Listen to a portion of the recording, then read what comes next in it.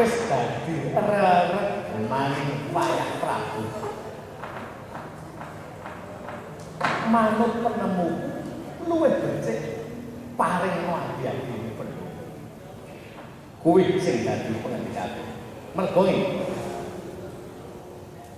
yen nganti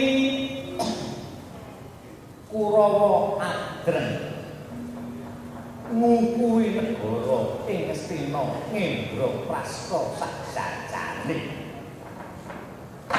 Pandhawa rebut bakal njaluk bali negara ning ndi Playu. Ora ngono bakal merangi tangan lan desane dikul. Nek selip bakal ngeneni kulit daging.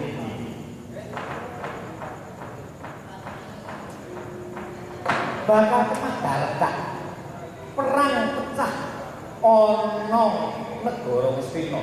Bakal pira kae korban perang. Para kawula cilik sing ora mangerti. Dodok seleng perkara kesempyok ngandhang dosan dadi korban ning perang. Perang kuwi wis singkirana. Yen nganti dumadi perang Tan Wulunga bakal temah harta. Mangke penemban menawi kula saged semelakur badhe matur. Sengkunukan matur apa? Menawi saking pentangan kula Pandhawa badhe sembodo nampi negari Ngastina sing separo miwah negara Indra Prasta sak jajanipun menawi wani ngrebak sarana perang. Sengguni kowe wiwit biyen mula wis tak titeni ngajak-ajak dumadine perang. Apa nek nganti pecah perang Pandhawa Ngastina kowe iso mestekke nek Kurawa bakal menang. Nyun saya penemban. Kula wonten mriki mboten matur perkawis menang kalian kalah. Amargi tiyang perang menika menang sing dibayu, nek kalah awak. Saking petangan kula, Kurawa menika cacahipun 100, Pandhawa menika namung gangsal. Dereng wonten jamak limrahipun tiyang gangsal kok saged ngalahke tiyang 100. Oh, dadi pawakamu patokane mung perkara cacah. Lho iki. Nek pancen Kurawa kuwi mudrat sakti mandraguna ora bakal sila-sila nandhang wirang mergo kalah sorengan dilogo musuh Pandhawa. Nek saiki menika nek dereng Bratayuda. Dereng Bratayuda dados Kurawa anggenipun kencake mantran sakti menika tasih ambak. Dereng mantep. Mangke menawi sampun pecah perang Bratayuda sedaya badhe dipun sumpah ing kadigdayanipun para Kurawa menika. Sajake ora bakal wong duwe ora kepengin nggunakake ora bakal lakon.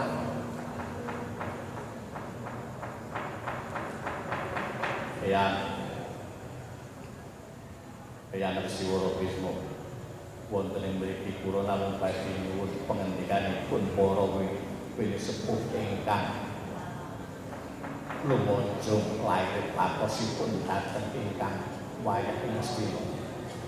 Ya yen kaya mangkono indah jeneng para minta pawasan marang para wili sepuh sejinipun ya niki. Mari ngaten Bapak Durung kados pundi menggah ingkang dados wawasanipun Bapak Durung. Oh, kandha plebetu manyar-manyar srika dina kepono-kepono. Alok swara kembal manyar-manyar. Nggih. Menawi ingkang Bapak Sukalima dipun pangaken matur wonten lepatipun nyuwun ageng samudra pansam. Menawi saking pemanggih kula negari Ngastina menika dumados saking kitha alit-alit kadosta Pandhawaan Waranawata, Gupalawiya lan kita alit-alit sanesipun. Kita alit-alit menika tumuni dipun paringaken kadang-kadang Paduka Pandhawa dene negari Ngastina ingkang petah kagem anak Prabu Duryudana kula kinten Pandhawa badhe narima menawi boten wonten tantrimahipun para Pandhawa kula piyambak niku badhe bujuk basa alus dhateng para Pandhawa mesti bakal manut sedaya ingkang pengendikanipun Bawa Guru ngaten nggih. Inggih estokaken dawuh Rama Prabu Salya kados pundi menawi penggalipun Kanjeng Rama. Panjenengan nggih. Kula menika wonten negari Ngastina pertamu para tuwa ning nggone anak mantu. Mboten wonten magopokan kaliyan negara Ngastina menapa malih perkawis Pandhawa lan Ngastina nadyan kula menika tumut inggih saged mboten inggih saged. Nanging menawi anggen kula matur menika mangke dados rembag boten andadosaken sutra penggalipun Angger Prabu Duryudana sumrambahipun para kakang Santara ingkang dinten menika ngadeg wonten Angger Prabu Duryudana. Dadosa menapa ingkang badhe kula sanjang pramila kula pun maken Kanjeng Rama. Kados pundi nggih? Leganing manah taun upami menawi Kanjeng Rama kersa paring pangendika jerti lamun pengendikanipun Kanjeng Rama diwaji ingkang kula syukur menawi menawi penggalipun Angger Prabu Duryudana keparenga kula langkung rumiyin badhe mungkat kajatene raos kula. Keparenga kula badhe mungkat kajatene raos kula. Kula midhangetaken pengendikanipun Sangwara Bisma ingkang tuhu bijaksana langkung penggalih punika wau kula boten sarujuk. Pamanggihipun Adi Durna negara Ngastina dipun prail-prail menika kula boten condong. Mergi menawi negari menika dipun prail-prail badhe ningkihaken kegiatan negari sak petahipun.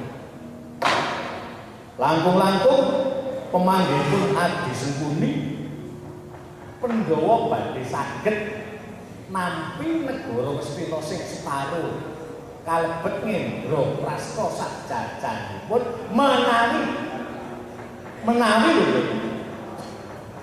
saged ngrebak sarana perang kula sanget boten sarujuk. Angel to nggih. Angel.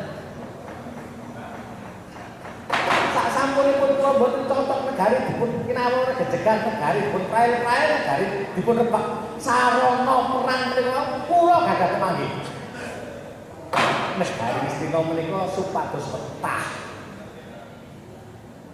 Negari Ngastina boten saged palih, negari Ngastina boten saged prail-prail sawetahipun kula aturi maringaken Adyadi Paduka para kakang Pandhawa menika atur kula. Kaget nggih? Iki. Kaget. Iki. Lajeng kula mangkin dhateng pundi? Mangkin piye dereng rampung atur kula. Sasampunipun kula ora cocok negara kinawur sejegan ora condong negara diprail-prail ora trep negara digawe regejegan perang menika. Kula gadah pemanggih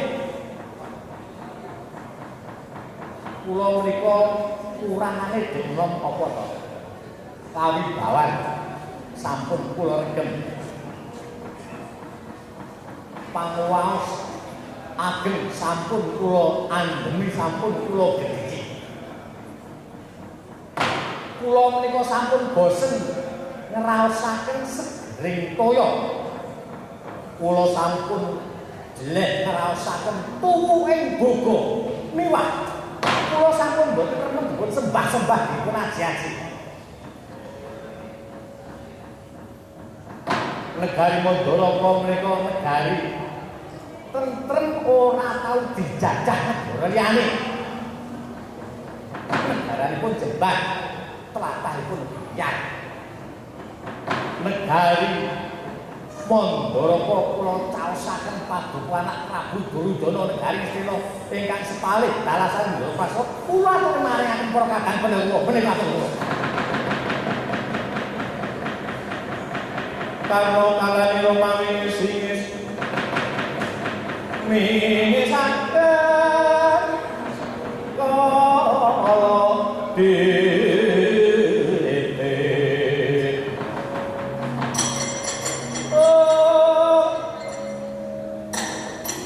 sedeng karma mateni karpa Srikandi madheng suraning driya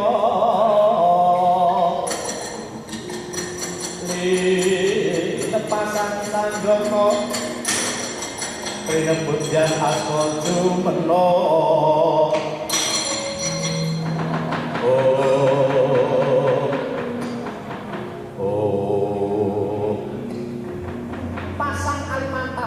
nepatno ing Tulo Amanu dumawaing tawang tawang yani dari Prabu Duryudana kula badhe matur menawi Pak Nurung sampun kepaksan iki boten dados menapa menawi boten klentu ingkang raka wonten negari Astina menika dipun pitados dening Prabu Duryudana kinarina beteng negari Astina pinangka manggalani prajurit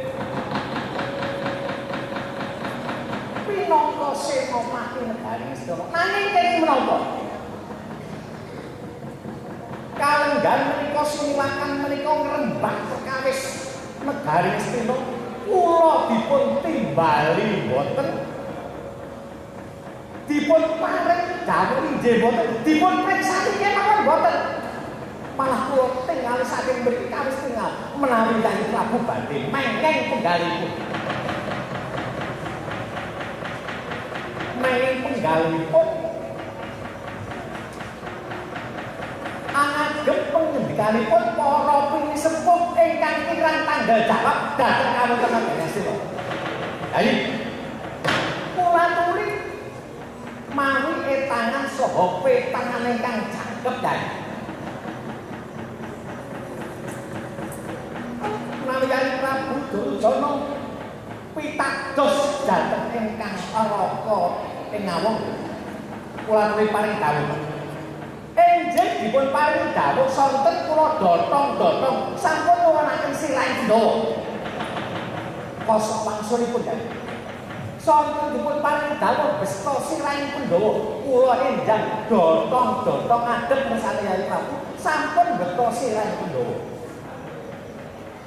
Ringkes rembak jejeg ajeging negari Astina menika sampun ngantos pitados dhateng para pinisepuh langkung-langkung ucapi tiyang ingkang nyawara wani nilake negara saisi biyu sajake ora bakal lakon wonten miring basan sedumuh bathuk sakyari bumi ditoi pati nanging mriki wonten piyantun suku ingkang nyawara wani nilake negara saisi menika boten badhe kampah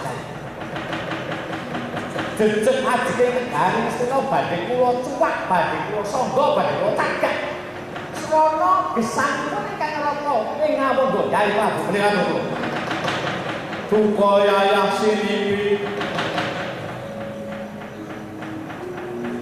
kumbendut padoning lati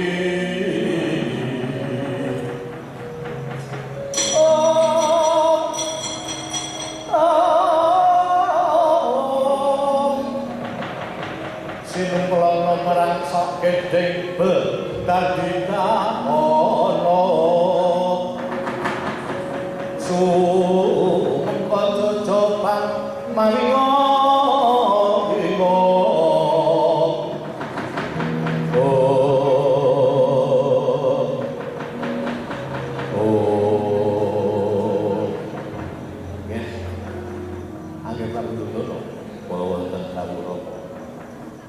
wanci kepareng boten kepareng badhe kula suwun badhe kula dimangsuli tiyang ingkang terweteh ucapipun menika awit ngaten kula menika gesang awit saking ilining getih lah getih menika minggah dhateng sirah mergi mireng putakipun tiyang terweteng menika wau lakune gedhe mandheg wonten sirah saged pejagaan kula nggih menembak sampun ngantos dawahaken mboten kula mboten kedak anakku lanang wong Dentara, anakku lanang wong bagus, anakku mantu wong Digdaya Karna. Kowe ngerti? Negara Ngastina iki negara sugih. Pacakaning jroning kraton negara Ngastina kuwi akeh reca. Nganti saka pintere sing gawe najan reca kuwi barang mati ning kaya urip. Dewa dene kene ana menungso urip perasaane ngumpuli wong mati kaya kowe. Rama sam mboten mboten sadipun emotaken kula menika mboten sedhengipun wuru. Luwih-luwih kowe bareng ngucap ana wong tuwa sing ning kraton kene nreweteh wani nglelak negara saisine. Kowe nyemone aku. Ora sesepun semono. Aku ki wong tuwa. Aku ki wong tuwa. Mbok semone kok masamu krasa aku. Duhun. Rama cak. Boten badhe mandheg menawi dene ngantos nguruk pedhaling saya saking tutuk menika. Ora tak takoni wangsulna. Nek kowe nganggep aku ngewangi Pandhawa, kuwi aku melek digandhan apa dening Pandhawa? Pandhawa kuwi sapa? Kuwi sapa? Wangsulna. Nek kowe ora iso wangsulan tak wangsulan iki. Pandhawa kuwi ponakku, Kurawa kuwi ponakku. Ngerti ponak-ponak aku bakal padha perang. Nggonku nyapik, nggonku pisah sono wong bangke negara saisine. Lah kok dilupuhke? Nek aku iso ngerti aku ora bakal.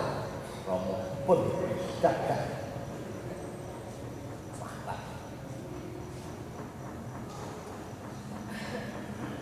Saben pawongan sak dumuk sapa wae nek digawé ratu kuwi mesti sagah dereng kemantenan selak inggih boten. Ora kaya kowe Sumalana bakal nugas sirahe Pandhawa.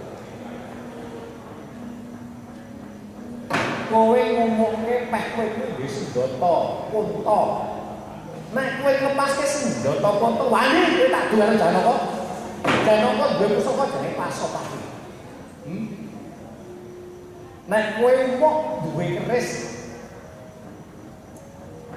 jenenge kala dite murup saobor pamore Janaka duwe keris jenenge kala nakah kerismu abang tur kowe kabeh gaman teh ngapusi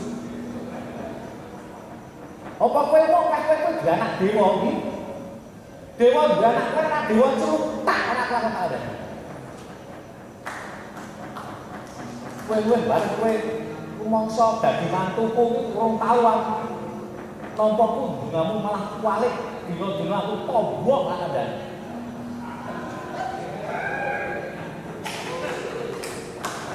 kowe dadi mantuku kuwi nek ora tok rewangi nglumpat pager mbabak tembok ayake ora lakon bareng lakon dadi mantuku gawe wirang wong tuwa sajengan-jengan Romo kelapa mesak. Boten sadene. Boten sadene. Kuwi sing eling kok. Ayo, lakone tak wale ora Pandhawa musuh kula ning Prabu Karna musuh karo Prabu Kali. Kerismu unusen, aku ya unus keris. Kowe nyuduk dhisik apa aku sing nyuduk dhisik? Apa nyuduk bareng? Aja dumpeh aku gempong perut jambul wani. Ngadeg ora jejeg ora dituwangan teken ning kumlawe ning tanganku nyampluk sirahmu ora sigar merapat sembah ingkang tetep jroning pasewakan padyagung tanpa sapa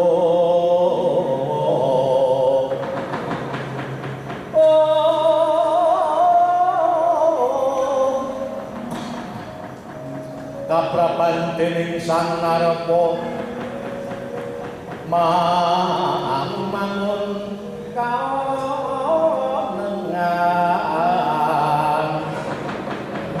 lemu sing duka wingit kasembut sotaning jagat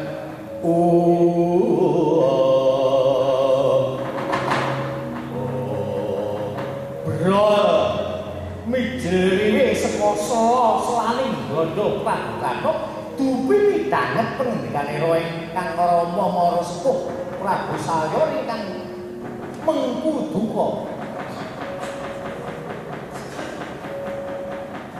semandung dipun kadang seneng kang Mara suwan dedheti tentang kang nyapo bebasan samirana datang lumampah angin mandeg sedaya mungkel sak klesik boten-boten ing sami semambet aturipun pengendikanira Prabu Salyapati awit kaprah dalanira ingkang semanten agihipun jroning dedheti dentang kang nyabawa geder ingkang lepase Bandapa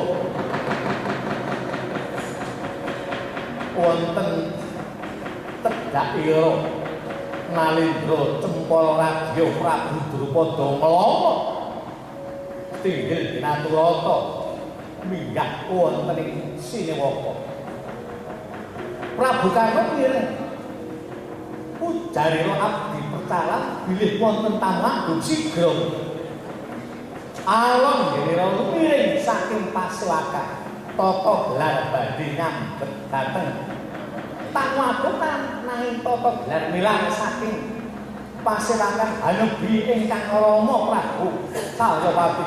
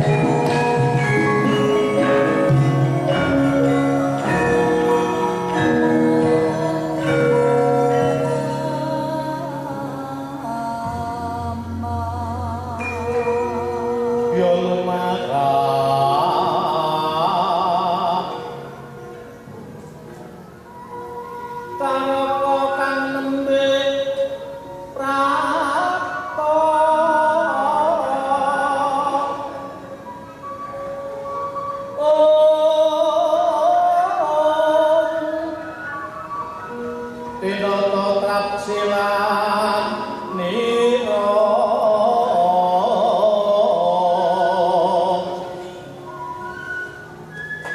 mungging rasaning Srina Rendra tumanto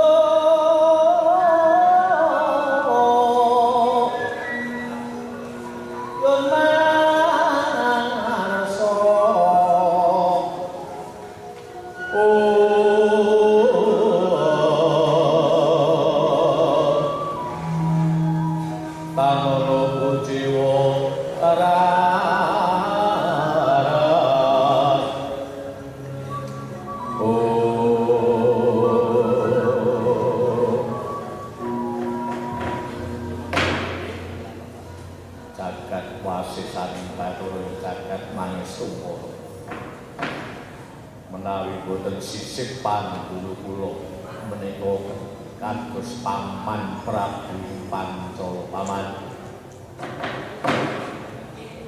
sarawuh paduka wonten negari Ngastina kepareng ingkang putra asung Pambagya Raharja rawuh wonten negari Ngastina paman Prabu nuwun jagat do kalingga punika sinaren nampi pengendikan kurang Anggir Prabu Duryudana tentang ingkang bapa ing Cempala Radya.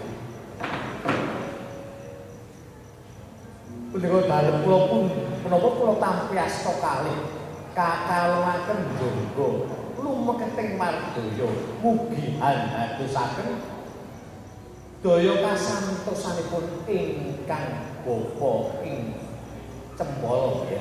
Kepareng Anggir Prabu mundhut wiswanipun ingkang bapa inggih pamujinipun Anggir Prabu sinembut pengayumaning Jawata ing akarya jagat tulus Raharja nir ing sambika wiswanipun ingkang bapa kajawi saking menika puja pangestawanipun ingkang bapa saya dikunjuk wonten kesanipun Anggir Prabu Duryudana nggih kula niki kula tampi asta kalih kula pundi wonten mestaka mugi andadosaken jejiman kula nggih syukur Gusti kejawi saking menika sak sampunipun sampun aso sawetawis sampun alarm sawetawis lenggahipun kepareng ingkang putra ing Ngastina badhe nyuwun priksa wonten wigatos kadhi pundi dene paduka rawuh wonten negari Ngastina ketingal sumengka pengawak Bajra Kanitik riwe rebut tunggul wonten muka boten kober angsak dodot gumlawir boten kober aning setaken kacithna mengenawi ngemu wigatos kula atur nirnakaken raos wigit ringa-ringa tumuli panyodai nggih kepareng matur wonten asinipun Anggir Prabu Duryudana sewu kaletatanipun ingkang bapa diagung pangaksama paduka nggih boten dadi semana ingkang sepisan wiswanipun ingkang bapa nggih tuwi kasugenganipun Anggir Prabu Duryudana sakadang kurawanipun niki sang Anggir kula matur sembah awit nampi rawuhipun paman Prabu niki ingkang ndungkap kaping kalih kula nampi titipanipun para kadang-kadang paduka Pandhawa ingkang awujud sumengkeming pangabekti kunjuk ngersanipun Anggir Prabu Duryudana ugi ingkang pinayungan dening Kanjeng Eyang ing Matswapati Kanjeng Eyang ing Nirata kunjuk ngersanipun Anggir Prabu Duryudana niki sembah pangabektinipun para Pandhawa ingkang dipun sepuhi dening Kanjeng Eyang sampun kula tampi dadosaken kumiraning penggali sakul pun saking negari Ngastina pujo pangistawa saking ingkang putra Mestina kapandhuka dhateng para adyadi kula Pandhawa. Puniki dene pisuwan kula piyambak boten pisan wosing wigatos pisuwan kula badhe nesekaken rembag ingkang sampun kawuri sepisan Kanjeng Ratu Jimat Dewi Kunti Talibrata engga kalenggan menika dereng kundur wonten negari Wirata.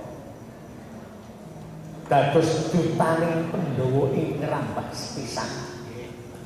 Dene wasipun badhe nyuwun wangsulipun negari Indraprastha sajajanipun kalebet negari Ngastina ingkang sepalih.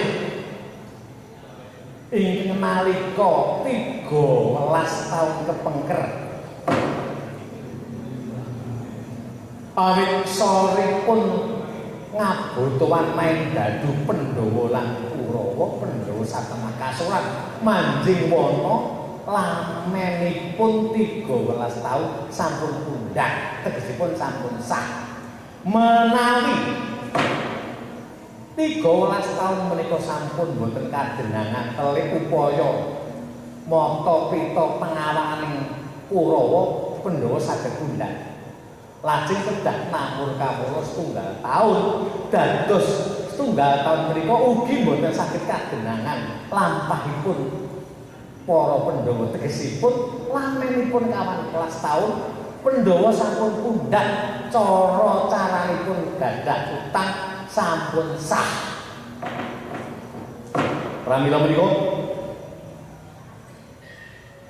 dinten menika dipun suwun mulunging penggalih Angger Prabu Duryudana nglilakaken menapa ing sampun dipun tapak astani sesarengan kawan 12 taun kepengker. Mekaten nggih ingkang dados aturipun ingkang bapa ing Cempala Ratu. Pripun? Sampeyan ngomong apa? Pripun? Pripun mangkale? Sampeyan ngomong apa? Pundi ana jamak lumrahipun tiyang aburtuan wis ditoke dijaluk meneh.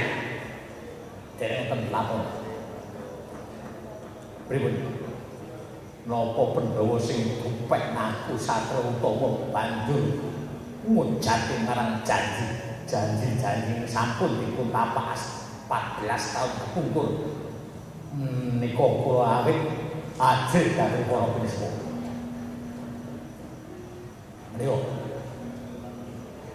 dados menawi paduka badhe dados kongkonane Pandhawa gelem-geleme boten badhe sulaken Durna panalinganira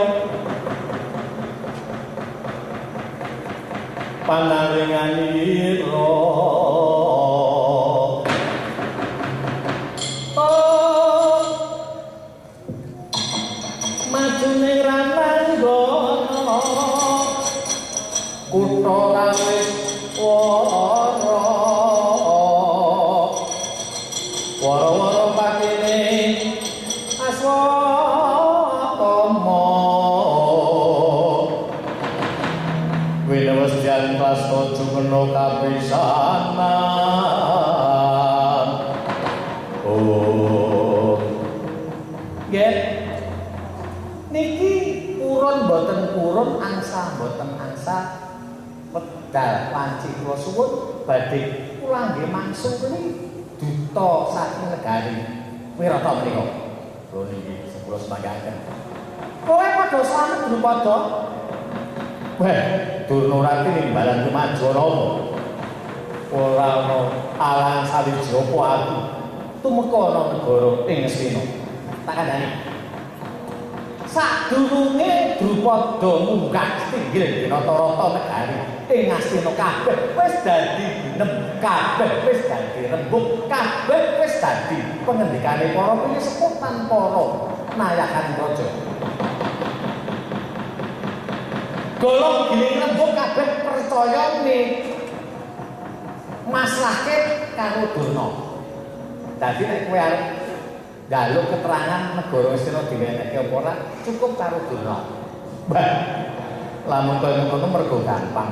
Amarga nek aku rembugan karo kowe luwih gampang tinimbang karo Anggir Prabu Durna cocok. Mula aja kesuwen kalendari kuwi ndang metu saka Stinggil. Metu njaba mlabar kawat kenteng waja mengko tak tumpa sing dadi lakune. Menapa iki mekaten Anggir Prabu kula niki kula semekaten. Yo, lamun kaya mengkono Durna aku ora bakal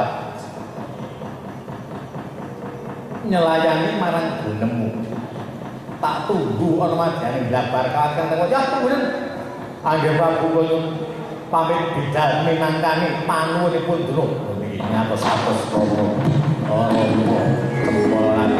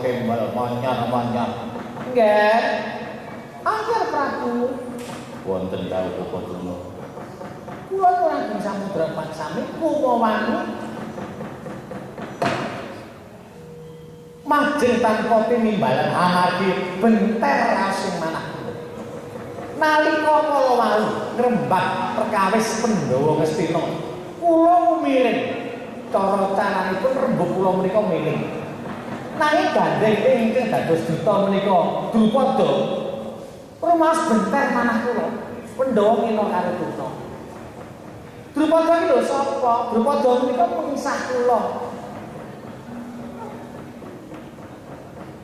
sampun balem susut Drupada menika sineksen cagak saesinipun dados singgat betatungipun Durna dados mengsah. Lah kok malah percaya karo Drupada anak-anak kula bener ora patut banget. Lah kula badhe nyuwun mengsane Prabu Duryudana. Kepala Drupada menika dados kepala pendangan Anggir Prabu Duryudana. Idep-idep ngelongi mungsuh. Prayogi Drupada dipun sirnaken mawon wonten negari Ngastina. Kula niki ngestokaken kados pundi menggah pengendikanipun Kanjeng Hyang Warakrisna. Aku tunggak waru ora melu-melu. Mergo Drupada kuwi wajibane dadi duta. Duta kuwi dise kongkonan. Lah kok malah arep diganggu gawe kuwi bakal ngilangke rasa kang ora prayoga tumrap sapa wae kang dumadi dadi duta nanging ora bisa ngrampungi gawe malah bakal diancam pati uripe kaya kurang prayoga nanging lamun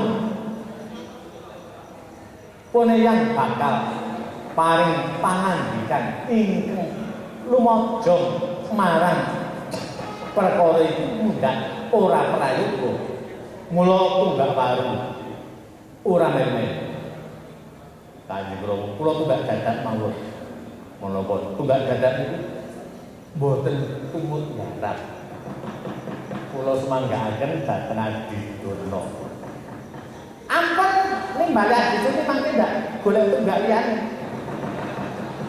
wis tunggak waktu tunggak datang golek tunggak liyane. Jahe.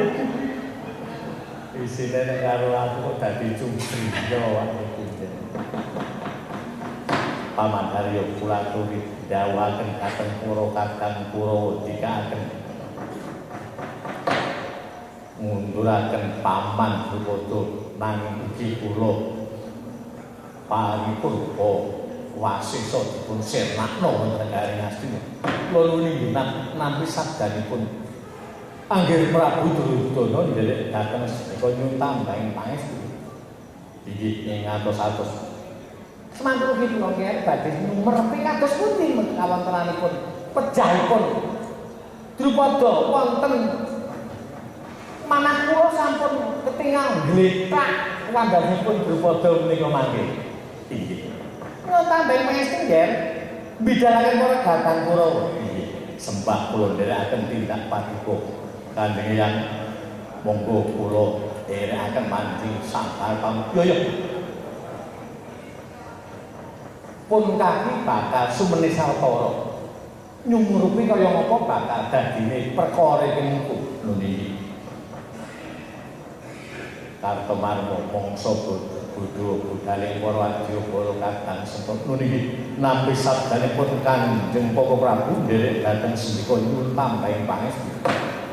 Oh, titipurna sabdanira nalindra ing Astina anglenggani sabda Brahmana Raja, sabda pengendikan Brahmana sampun pestani raja gedhe panguwasan, sabdaning Pandhita Sawanda ora ngulawani, sabdaning Nalendra ya sang nata Sawandwarata sak negara. Tandrané pindha kowe Kresna tumameng patra Seta datang kena luwebek. Jelek metak saka palenggan sigra punduran atone ayah sangga para mbanceti. Sigra cengkak Sang Prabu piarsotan gede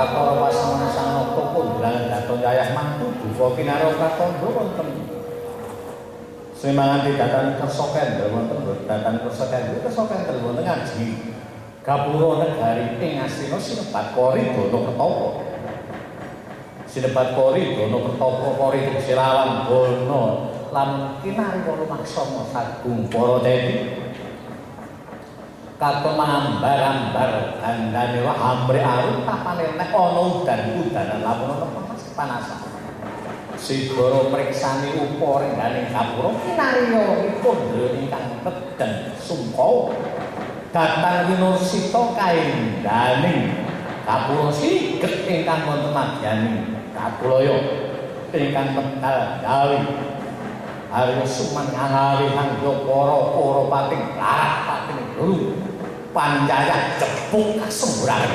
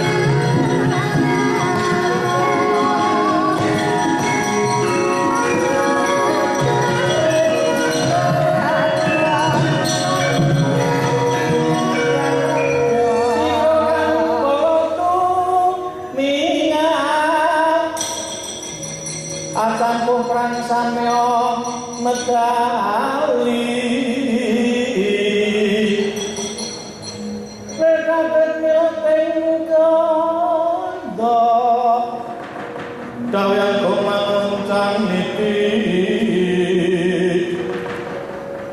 Bijan sajine dilantinya ngetali wuwus Rasa Surawilaga kaya buta singa ragil pas dijogo dendanya mangambak